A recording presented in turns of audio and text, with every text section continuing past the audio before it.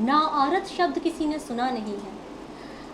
पर क्या अगर कोई शारीरिक रूप से कुछ अलग बनाया तो भगवान नहीं है ना, प्रकृति ने, तो अगर बनाया गया है लेकिन वह शख्स अपने आप को आइडेंटिफाई करता है एज अ फीमेल और एज एनीवन, तो क्या समाज को हक है उसे किसी ना वुमन अनवुमन कहने का? तो इसीलिए इस मूवी का जो टाइटल है वो अनवुमन है, सो दैट लोगों को थोड़ा सा सोचने पर मजबूर किया जा सके। इसकी फिल्म की जो प्रेरणा है आपको कहाँ से मिली, किस तरह से मिली आपको? बचपन में जब छोटी थी तो शादियों पे किन्नर समाज आया करते थे, नाच गाना करते थे। तो तब ना, जब बच्चा होता है ना, उसके पास कोई कंडीशंस अप्लाई वाला दिमाग नहीं होता है, उसे नहीं पता, उसके लिए तो कोई चीज़ सुंदर है, जो चीज़ अच्छी है वो अच्छी है। तो मैं देखती थी, मुझे याद है एक किन्नर समाज से ही एक आई थी और वो बहुत अच्छा नृत्य कर रही थी, मुझे नृत्य बहुत पसंद है देखना। तो मैंने क्या देखा कि लोग ना फुसफुसाहट कर रहे हैं, हिच रहे ऐसे करके। तो मुझे उस वक्त समझ नहीं आया कि ये तो इतना अच्छा नृत्य कर रही है, ये लोग फुसफुसा क्यों रहे हैं और ऐसे भवें क्यों चढ़ा रहे हैं। तो धीरे धीरे बड़े हुए और समझ में आया कि हमारे समाज में किस प्रकार से हम उनकी तरफ रवैया रखते हैं। वैसे वक्त बदल रहा है, धीरे धीरे काफ़ी अवेयरनेस आई है, मेन स्ट्रीम में सरकार, समाज के कई लोग उनको जोड़ने की कोशिश कर रहे हैं और वो खुद भी एम्पावर्ड हो रहे हैं, लेकिन काफ़ी चीज़ें अभी तक पहुंचनी है, आगे जानी है। तो वहीं से प्रेरणा मिली, क्यों ना एक खूबसूरत प्रेम कहानी बनाई जाए, एक लव स्टोरी, जिसका उद्देश्य है कि ये दो इंसानों के बीच की लव स्टोरी है। हम नहीं दिखाना चाह रहे हैं कि वो किन्नर है, वो नारी है, वो पुरुष है, वो बस दो इंसानों के बीच की कहानी है। पर क्या समाज के लिए ये बहुत है कि दो इंसानों के बीच प्रेम हो सकता है, या समाज उनको बांधता है एक विशेष शरीर में, जिस शरीर को लेके आप पैदा हुए हैं। तो इस कहानी को दिखाने की प्रेरणा मुझे वहाँ बचपन से मिली, जिसको लेकर मैंने लिखा और फिर डायरेक्ट किया। जैसे आपने ना मर्द के बारे में कहा, तो वो कहीं ना कहीं एक पुरुष में कमी होती है, क्या औरतों में भी इस तरह की कमी होती है? मैंने नहीं कहा कि ऐसा कुछ भी कमी होती है। होता क्या है, बार बार वही बात है, आपको प्रकृति ही बनाती है किसी भी तरीके से, तो कोई भी चीज़ अप्राकृतिक कैसे हो सकती है?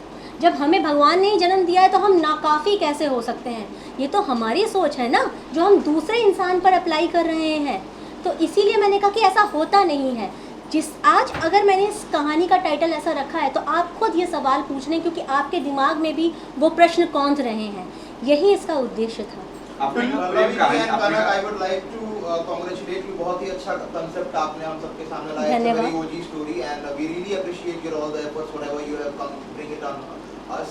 ये जो unwoman concept है, it's a very that kind of concept जिसको आदमी खुल के बात नहीं करता है समाज के सामने में। क्या कुछ चीज़ें काफ़ी कुछ वर्डिक्ट भी चलते आ रहा है सुप्रीम कोर्ट के साइड से भी काफ़ी, उसके फैसले कितने ज़्यादा असरदार रहे हैं आपकी पूरी फिल्म मेकिंग के टाइम में, जब तक आपके जो आप शूट कर रहे थे, कितना कुछ डिफरेंस ला रहा था वो? जब मैं रिसर्च करना स्टार्ट किया मैंने, और धीरे धीरे, क्योंकि जैसे मैंने कहा बचपन से ये सवाल कौन रहा था, और धीरे धीरे मैंने और पढ़ना शुरू किया। मैंने कई इंटरव्यूज़ देखे, बाइट्स देखे ऐसे लोगों के जो इन दिक्कतों से गुजरते हैं, और साथ ही साथ मैं अपने सुप्रीम कोर्ट के अलग अलग वर्डिक्ट भी देख रही थी। They are doing commendable job, no doubt. हाँ, हमें वक्त लगा, 2013 या 14 में मैं जब रिसर्च करी तभी मुझे पता चला कि पहली बार थर्ड जेंडर का कॉलम सुप्रीम कोर्ट ने मैंडेटरी किया है कि आपको किसी भी सरकारी दस्तावेज में डालना ही है। Which was a commendable job, यानी कि आप लेके आ रहे हो उनको मेन स्ट्रीम के अंदर, आप सिर्फ मेल और फीमेल पर टिक नहीं करा रहे हो। उसके बाद अभी भी हम देख ही रहे हैं कि कई सारी चीज़ों पर अभी सवाल चल रहा है, लोगों के अलग अलग मत हैं, लेकिन भारत बदल रहा है। और मेरी फिल्म के ट्रेलर में भी आपने देखा होगा, एक डायलॉग है कि जहाँ पे लोग अपना पीओवी रख रहे हैं, वो लोग जो कह रहे हैं कि एक जायज़ रिश्ता सिर्फ मर्द और औरत के बीच हो सकता है। तो ये प्रश्न उठा रहे हैं हम अपने फिल्म में, और देखते हैं आगे। What your take on that कि ये जो फ्लक्चुएटिंग डिसीजंस जो है, जो कि कभी जो सेम सेक्स रिलेशंस का जो मायने हैं भारत में, उसके ऊपर जो वर्डिक्ट्स दिए जाते हैं, कभी हाँ रहती है उनकी, कभी ना रहती है। अभी बीच में उन्होंने वापस से एक जगह उसकी रजामंदी दी थी, बाकी कुछ दिन बाद ही फिर उन्होंने मना कर दिया था। तो what's your take on that? Bringing up this content will surely help. और जैसा कि साथ ही में आजकल ओजी कंटेंट जो है बहुत ही उसको प्रायोरिटाइज किया जा रहा है। ऑस्कर में भी द विस्परिंग एलिफेंट्स जो मूवी थी, वो अपने ओजी कंटेंट होने की वजह से ही उसको को recognition मिला वहाँ पे. So do you think you're unhuman to be at that point somewhere? मैं सबसे पहले ओजी का मतलब जानना चाहूँगी. Original. Okay, sorry, thank you for enlightening me. थोड़ा सा पास जनरेशन के हैं, छोटे फॉर्म समझ में नहीं आते हैं. आपका सवाल था कि आपको लगता है कि क्या ये भी वहाँ पहुँच सकती है कि नहीं. उसके लिए मैं एज अ डायरेक्टर राइटर तो कहूँगी जी हाँ, बिल्कुल पहुँच सकती है. मैंने जैसे बाकी वक्त भी कहा कि ये कंटेंट है, ये एक लव स्टोरी है जिसमें कई सवाल उठाए हैं, लेकिन इसके अंदर एंटरटेनमेंट भी है, इसके अंदर वो रस्टिक रूरल जो ह्यूमर होता है वो भी है. उसके बाद वर्डिक्ट ऑडियंस का है. हाँ, हमने बनाया इसको ये लेकर कि ऑडियंस को ये कहानी पसंद आएगी, ये डिफरेंट है, ये मसाला मूवी नहीं है, लेकिन आपको दिल को ज़रूर छुएगी.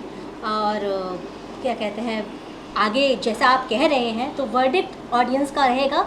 हम बस यही कह सकते हैं कि एक बहुत ही ऑनेस्ट कोशिश है और काफ़ी फाइनेंशियल क्रंच झेल के, पैंडमिक के क्रंच झेल के हम सब फर्स्ट टाइम फिल्म मेकर्स हैं. यहाँ पे एनएसडी के जो ग्रेजुएट्स हैं वो कलाकार हैं, कनक हैं जिन्होंने बहुत मेहनत की है. She is the first time she is done a very good job.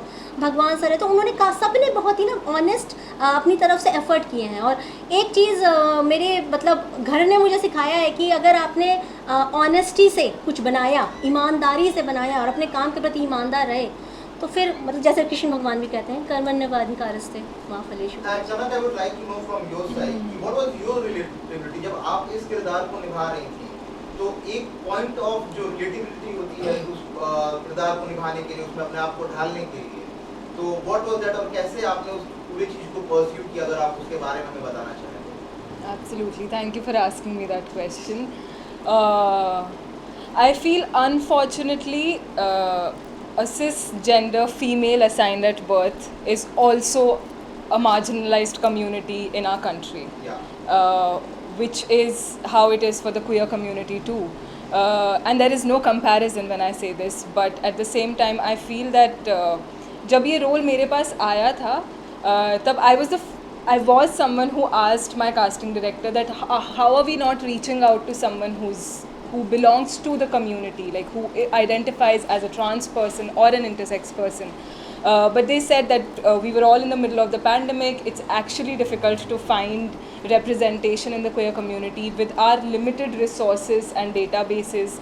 And then I just took it upon myself as an actor to live this story in the most honest way possible. And that's exactly what I tried to bring out as Savri. How do you see your pattern of character? जैसा उसको treat किया गया पूरी movie में, was it justified as अगर उसको हम बाहर के जो हमारा society है अगर उसको वैसे treat करें तो it was good according to you for that? Like एक time पे जैसा मैंने जितना ट्रेलर में देखा है उसके हिसाब से बता रहा हूँ आपको, स्टार्टिंग में एक point of time पे जब realization नहीं था कि ऐसा कुछ है, उस टाइम पे उसको acceptance मिली. वहीं पे जब चीज़ें पता चली बाकी लोगों को तो वो वहाँ पे एक्सेप्टेंस नहीं रही. और फिर उसके बाद अब जो लड़ाई रही थी वो उसके पिता को बताने में रहा वहाँ पे कि हाँ we are also a part of this community and we can sustain over here. So how do you see your treatment, the pattern of treatment of your character? So पहली बात तो आपको पिक्चर देखनी पड़ेगी क्योंकि पिता तो है नहीं इस पिक्चर में, पर पिता तुल्य है वो ताऊ. हाँ, पिता तुल्य ताऊ है. पर जो सवाल आप पूछ रहे हैं, I think more than the treatment of Savri in the film, it is a story that after a very heavily researched case study our team has come up with. So I strongly feel that there is a part somewhere in our country where this is happening. Because हम कैसे कहते हैं ना कि closet से बाहर आना, आपने सुना है वो coming out is the term for queer community. And why does it have to be a closet? हमें सबसे पहली बात उन्हें closet में रखना ही क्यों है? So somewhere that is what Savri's treatment is throughout the film, which is just what is really happening in our society.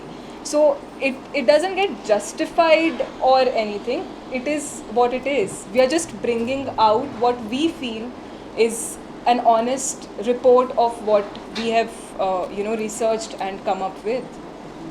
And I love the way she narrates Savri. Savri is the character's name in the film. So she's still in that character. And that's very commendable. Thank you. needed a piece of recognition and for sure you will be get recognized for this. क्या है इसके आगे की journey? If you get recognized, so you are trying somewhere, अगर और भी आगे projects आपको मिले तो what kind of projects you want to do? बिल्कुल मिलेंगे और बिल्कुल आई होप मिले प्रोजेक्ट्स और आई थिंक एक आपका नाम क्या है? Anjanay. Yes. That's a very unique name. So Anjanay, I'm going to share a little story that I've been working as a fashion model for almost like before I started and ventured out into acting. और जब मैंने acting शुरू की थी like auditioning शुरू किया था, I think acting तो मैं बचपन से करती आई हूँ, पर जब मैंने ऑडिशनिंग शुरू किया उस प्रोसेस में I feel this is one place where I got accepted just the way I am. I don't think I've ever come across a female actress with the kind of skin that I have. I will not shy away from saying that as a dusky actress, I have found it very challenging to find roles that come my way. Like I don't have, to be very honest, I don't have a very diverse kind of roles coming my way right now. In fact, after Unwoman's poster release, there have been people who have been like, you know, casting people who have been reaching out to me for similar roles. And I'm absolutely fine with that as well.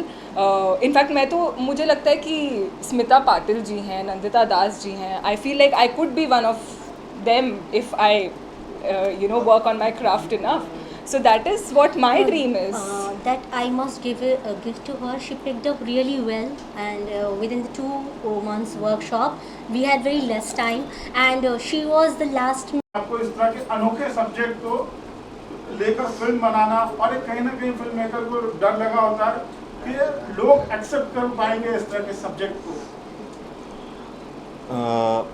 जब ये story हम पढ़ रहे थे और discuss कर रहे थे, मैं, पल्लवी और सुशील साथ में बैठ के, कि इसको किस तरह से बनाया जाए. एक बहुत ही अनोखी कहानी है, अनोखा सब्जेक्ट है, मैं तो ये कहूँगा. और किस तरह से ऑडियंस को ये पसंद आएगी, नहीं आएगी, हम बनाएं कि नहीं बनाएं, हम ये रिस्क लें कि नहीं लें. क्योंकि आजकल क्या होता है कि जितने पैसे लगते हैं वो बहुत लग रहे हैं. और जब हम शूट स्टार्ट कर रहे थे और पैंडमिक का पहला ख़त्म हो चुका था और हम जा रहे थे शूट करने के लिए, तब भी था कि हम कैसे करें. क्रू है हमारा, सब कुछ है, हमारी सबकी सेहत की ध्यान रखना है, सबका रखना है. लेकिन स्टोरी में जो कॉन्सेप्ट उन्होंने डाला, जो वो दर्द डाला, जो वो खुशी डाली, जो वो मैसेज डाला, वो ज़्यादा इम्पॉर्टेंट था. और मैं चाहता था कि ये हमारे ऑडियंस के सामने आए, उन्हें बताया जाए कि किस तरह से होता है हमारे समाज में. हमें समाज को और नॉलेजेबल करना है. इसीलिए हमने एक छोटे से गांव को सेलेक्ट किया कि जहाँ पे हम बता सकें कि किस तरह से ये काम ये हो रहे हैं. और जब हमने कहानी सुनी और डिस्कशन किया तो वहाँ कोई डाउट नहीं था कि हमें ये कहानी बनानी, और सिर्फ भारतवर्ष में ही नहीं, विदेशों में भी ये कहानी पहुँचानी है कि किस तरह से हम एक ह्यूमन बीइंग को एक डिफरेंट तरीके से ट्रीट करते हैं. We are all human being, let's treat us as a human only. इतने स्ट्रॉन्ग सब्जेक्ट के साथ साथ कहीं ना कहीं फिल्म एंटरटेन होना बहुत ज़रूरी है. एंटरटेनमेंट जी. तो एंटरटेनमेंट का पार्ट कितना फिल्म में होगा, किस तरह से लोग जुड़ेंगे, कहीं ना कहीं ये सोशल मैसेज को एक्सेप्ट करने की कोशिश करेंगे मनोरंजन तरीके से. अगर मैं मनोरंजन की बात करूं तो इसमें, जैसे पल्लवी ने पहले भी बात की है, कि इसमें हर तरह के पहलू हैं. खुशी भी है, गम भी है, कुछ कॉमेडी भी है, हमारी जो गांव की होती है कॉमेडीज़ होती हैं वो भी है. तो मनोरंजन के साथ साथ मैसेज भी है. ये नहीं है कि सिर्फ मनोरंजन है, हम मैसेज को पहुंचाना चाह रहे हैं मनोरंजन के थ्रू. तो इसमें मनोरंजन भी आपको मिलेगा और जो हम सोशल मैसेज देना चाह रहे हैं वो भी आपको मिलेगा. इसमें हमने कनक के प्रोमोज में देखा तो काफ़ी अच्छा किरदार निभाती हुई दिख रही है. तो उनका चयन किस प्रकार से, किस तरह से हुआ, क्या कारण था आपने किसी नए कलाकार को लिया, वह साबिश कलाकार को नहीं लिया इस कैरेक्टर के लिए?